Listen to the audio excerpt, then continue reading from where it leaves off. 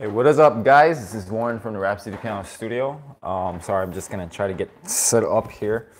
A little bit of a late start. I had some doggy, I'll just say accidents to deal with this morning or today, just right now.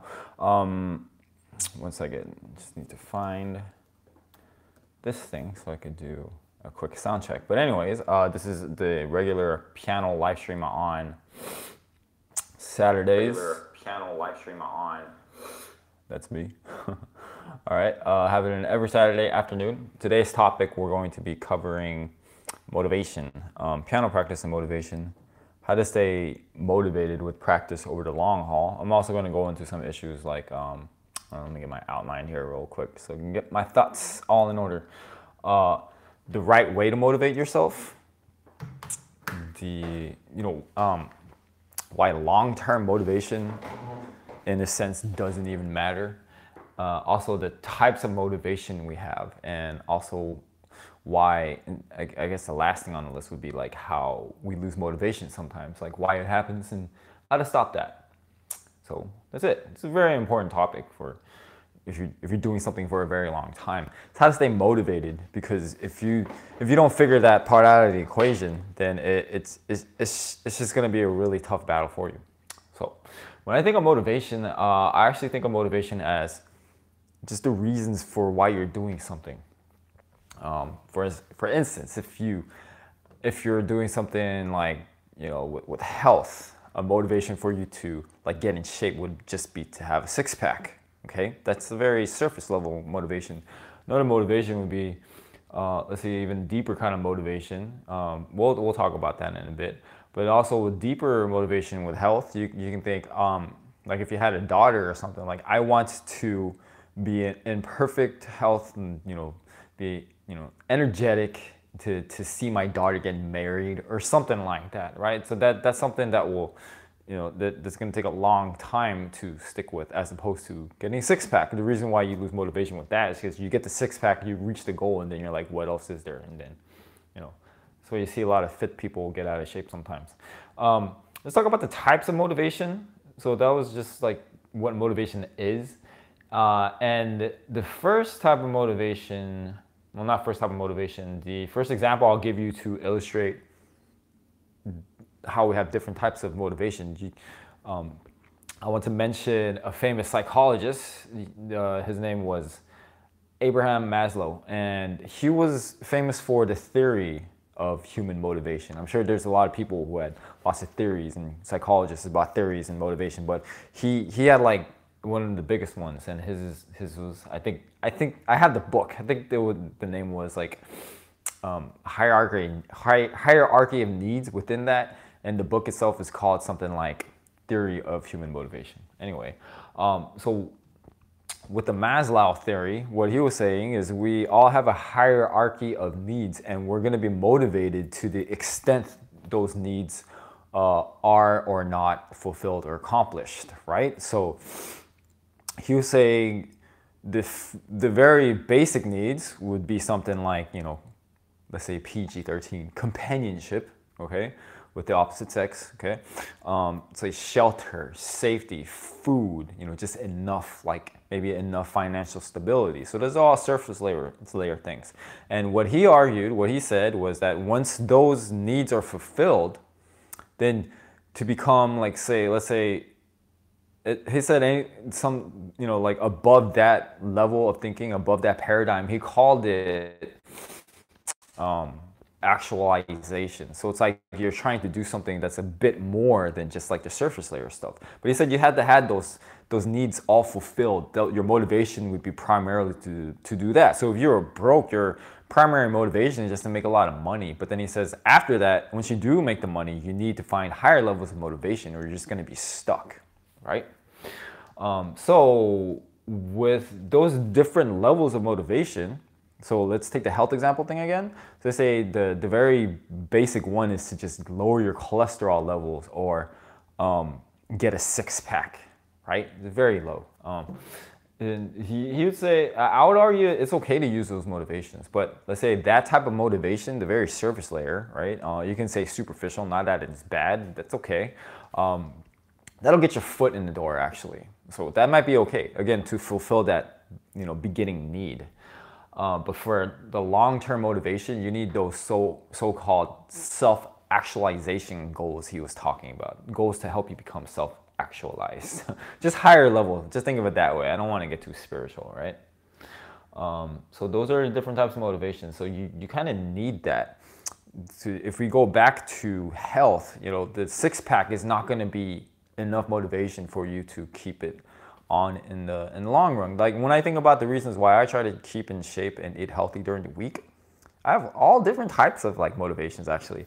One of my biggest reasons for being healthy during the week is so I can pick out on the weekends, to be honest. So I can enjoy that soul food that I enjoy so much, not the healthiest stuff.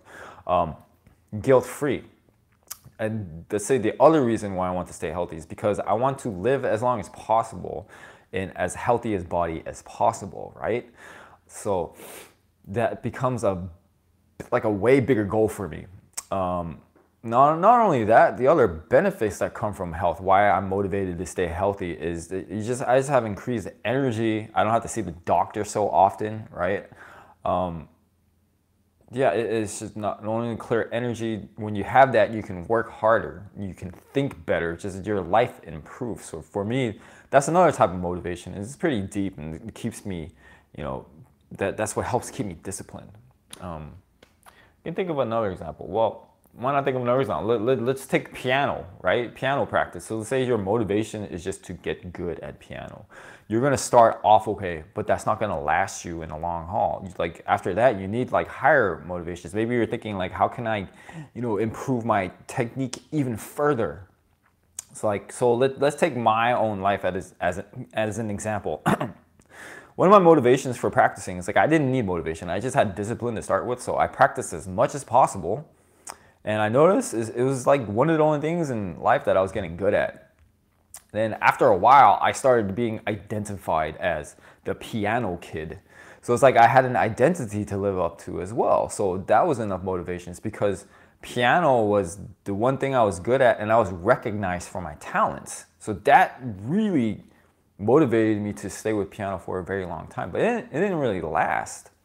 And then of course, life and college and stuff happened. So I went off of piano for a while, but then when I came back and I decided that in college that I was going to do it seriously, the motivation itself actually just became, I want to see how far I can go with piano. I want to see how good I can get, And then, other motivations was just, actually in the beginning, I just wanted to prove everyone wrong. So that's another type of motivation, right? But then after a while, it was just I just really enjoyed the science and art of practicing piano. And one of the motivations I like with piano is because it's like a never-ending journey. You can never stop improving. So that's actually probably the number one motivation for me to do it. It's just, I just keep improving. Hey, what is up, Myths Q? Nice to see you. That is an interesting name. We're talking about motivation today, so if you have any questions, please leave them in the chat. So that's what kept me motivated. And now today, my motivation is just I want to keep it as a daily practice for the rest of my life. It helps me be a better, of course, it helps me play piano better, just practicing piano, but it also helps me to be a better teacher as well. It's just a higher level of thinking, so it keeps me mentally sharp, right? And another motivation I have is, let's say one of my goals, because that kind of ties in together, is to have a concert pianist technique, which will take forever. So that's another reason. But anyway, we'll talk about more about this at the end where we talk about why we lose motivation. But let's go into another type of motivation. And this one, you can think of it as negative and positive, but it's not really positive or negative, right? It's not bad or good. It's just different types of motivation. And I read this in a book. It's called Focus. If you want to read up on it, you can go ahead. There's lots of books called Focus. So the one that I read has a picture of a stick figure man kind of thing, and a red and green light on it. So that's the book I have. It's called, the two types of other motivations called prevention and promotion. Well, let's actually start with promotion first. And basically, you want to think of promotion as promotion orientation focus / motivation is thinking about all the good things and benefits you'll get from something. And the negative motivation, the prevention, is you're actually thinking of all the bad things that will happen if you don't do it, or you're preventing something bad from happening. Understand? So the way you use this too, it's like not only like, you know, the hierarchy of motivations, but you can also think like the benefits you'll get out of it, and also the negative things that will happen if you don't do it. So you kind of have to get it figured out on both levels. For example, let's say you're an entrepreneur or a businessman. Which kind of motivation do you need more of, promotion or prevention? And it's going to totally be promotion, because you're going to take a lot of risks. You're not going to be thinking of all the bad things that happen. But then when you become, you know, successful or whatever, right, and your business is expanding, you're making more money, the first person you're going to hire is probably like a professional accountant or CPA. And guess what prevention? I just gave you the answer. Guess what kind of focus and motivation they have? It's prevention, because they're trying to help you from losing enough money, helping you keep all the money you have, preventing bad things from happening. So you kind of need a little bit of both.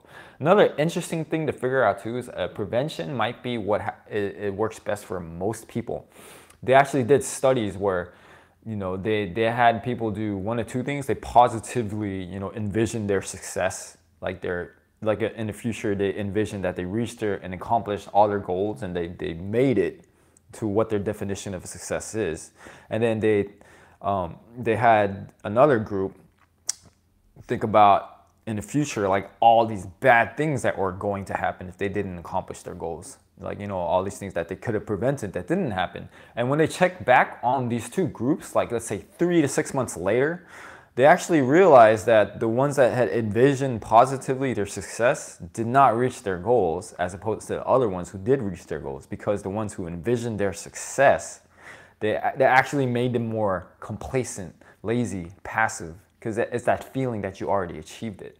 So maybe using this other type of motivation, like negative motivation, will get you. It's almost like you can work in a slight sense of paranoia, right? So you have to have a little bit more alertness. So that might be a really good way to motivate yourself if the other ways haven't been working. I tend to use a little bit of both, but I'll say it is a stronger motivation for me to be successful at this point, whatever you define by that, because I want to keep bad things from happening to me and my family. So to me, that's like, you can't get more motivation than that. But of course, it's going to be a little mix of all that.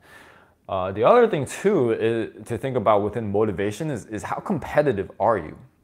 And what type of competitive person are you? Are you competitive in a group with another person, or are you someone who's like competitive enough within themselves? Because I'll say with piano, definitely, if you're only competitive with other people, I don't know how it's going to work out for you, because piano lessons are a one-on-one basis. So if you haven't been motivated to practice, that might be another thing that you need to figure out. Either join a group of people, of peers who are playing piano like you, who are at the same level, maybe higher or whatever, or find like another practice partner, someone to hold you accountable with each other. It's almost like you think of it again as working out. Do you work out better with a trainer when you go to the gym, or are you someone who could do it at home? Okay? Are you someone who could just work out every day at home no matter what? So that's another important thing to think about. And so this whole motivation thing is a lot more complicated than, you know, any simple answer. The last thing I would say about this whole motivation thing before we talk about why we lose motivation is that sometimes motivation doesn't even matter, because what I will tell you is that over the long haul, it's going to dip. It's going to go up and down. Some days you will wake up and you feel ready to take on the world. Like some days I wake up and actually, it's like I get all my stuff done in the morning. I like run to the piano. I can't wait to practice. Other days I'll wake up and it just feels like a grind. I'm like, fine, I'll do it, right? So motivation goes up and down, like inspiration, things like that too. So it's not going to be dependable for the long haul, but it could be like a quick, like let's say reset to really get your priorities straight, right? So, you know, because your levels of motivation are going to be different all the time. I would say one key thing to think about is it depends on what kind of mindset you're in. Let's say like you're in a lower level of thinking and you're like, life sucks, it's whatever, right? So that whole like, I'm going to prove people wrong mentality might work, right? And then if you're feeling more like, not lovey-dovey, but like, oh, the life is beautiful, the world is a great place, then you can kind of think of those higher aspirations, like I want to share my music with the world or whatever. So the type of motivation you need to tap into also depends on the mindset that you have at that moment. But I would also say the better way to go about it is just to develop discipline first without even thinking of motivation. And I'm not going to go too deep into discipline because that's a whole nother topic on its own, how to make practice a habit and all that. But I'll say quick things is just to first make the goal to make practice a habit before you even think about motivation. Set small, achievable objectives every day. Do it for like 30 days straight or 60 days straight because that's when it will start to feel normal. So anytime you feel like you want to skip a day, it's not because you want to skip a day. It's because it's just not ingrained as a habit yet. So 30 to 60 days, just a minimum time to practice every single day. Don't skip a single day. And then you will have hopefully developed it into a discipline, a habit. And then you can like tap into the whole motivation thing or use it at the same time, whatever. Anyway, I think that really helps. Let's talk about the last thing on the list, why we lose motivation. And just like it's kind of obvious reasons sometimes. It's that we just forget why we started in the first place and you just kind of do something on autopilot. It's almost like if you think about, if you eat your food, can you remember every bite that you took? Sometimes I'm guilty of this too. It's like, and sometimes I enjoy the food so much I just wolf it down, or you're hungry. But it's about thinking of like, why are you eating this in the first place? Is to taste the food, right? So it's the same thing with motivation. Lose motivation because we forget while we're doing it in the first place, or we tap into like all the reasons that are not important to us at the moment. Another thing is that the goals have served their purposes. Like if you reach a goal, you need to set another one. So you might have forgotten to set a goal, or maybe you set a goal that's actually too low, right? Because any goal you set, you're going to reach it. Or maybe it's too high and you're not reaching it and it's kind of frustrating you. So that makes sense. You have to have short-term goals as well as, like middle and long-term goals with everything, with piano as well. So with piano, you can think like some music you're finishing on a daily or weekly basis, some music that might take you a little bit longer, and maybe like a really long piece that you're going to work on for maybe a half a year to a year or something like that, okay? And a lot of times we lose motivation as well is that if we don't set the right goals in the beginning, or like the project or whatever you're doing is too challenging, or you just have bad practice habits. So you have to figure that out. Is it because you're not picking the right music, the right type of content to be studying, or do you have bad practice habits? But let's say if you're going with, well, let's say both of them, right? Let's say the other thing too is if you're not making any improvement, you actually might be making improvement, but you're not finishing like any pieces or songs. That's gonna make you feel down, because this is an important concept. They talk about this in this book called The Winner Effect, is you need victories to keep spurring you on. So because that's why I say if you just exclusively work on 1 year worth of material, it's like you're only gonna enjoy that for like one moment out of the whole year. So you have to create moments where you enjoy these, these milestones, achievements, or these small little goals and victories and wins. The small wins develop into huge victories over time. So you need to pick manageable music as well, but also music that's constantly pushing you forward. And I would say to do this, I think it's a good idea to use the principle. This is something that's going to be in a different topic, and another live stream altogether. But very quickly, it's just the 80-20 rule, which is you spend 80% of your stuff in one area and 20% in the other area. So, or 80% of your activities are focused on one thing, the other 20% on the other thing. So let's say 80-20 with the music you're practicing. Let's say purely music. We're not even talking about technique. We'll talk about that later. But let's say 80% of your music is very difficult, challenging music, and 20% is easy. Or you can flip it around. 80% is easy and 20% is challenging. You just see what works for you. You can even take this with technique. Say scales, arpeggios, and stuff like that too. Say 80% of your practice is on technique, 20% is on the actual music. Or you can flip that around. 80% on music, 20% on technique. But it's supposed to simplify things, but you can see where it can get kind of complicated. But that's something to help you prioritize your practice, the way you're practicing, and also like the music that you are practicing. Anyways, yeah, that's it for today. Hope you enjoyed this whole topic of motivation. Like with most things in life, it's not clear cut. It is kind of complicated. Motivation is way more complex than you think, and it's not something that people just have forever. Like, you need to do things to help you stoke the fire. But anyways, I hope you enjoyed that. I hope it kind of helps you. So if you're struggling with motivation, maybe something in this talk today will, turn on a light bulb for you. Yeah, in any case, that's it. I want to thank you guys for watching. If you really enjoyed this video at all, then please subscribe, like, comment below, let me know how it's going. Otherwise, that's it for today, and I will see you guys on next week's live stream. I'll do my piano practice live stream, of course, on Monday through Friday.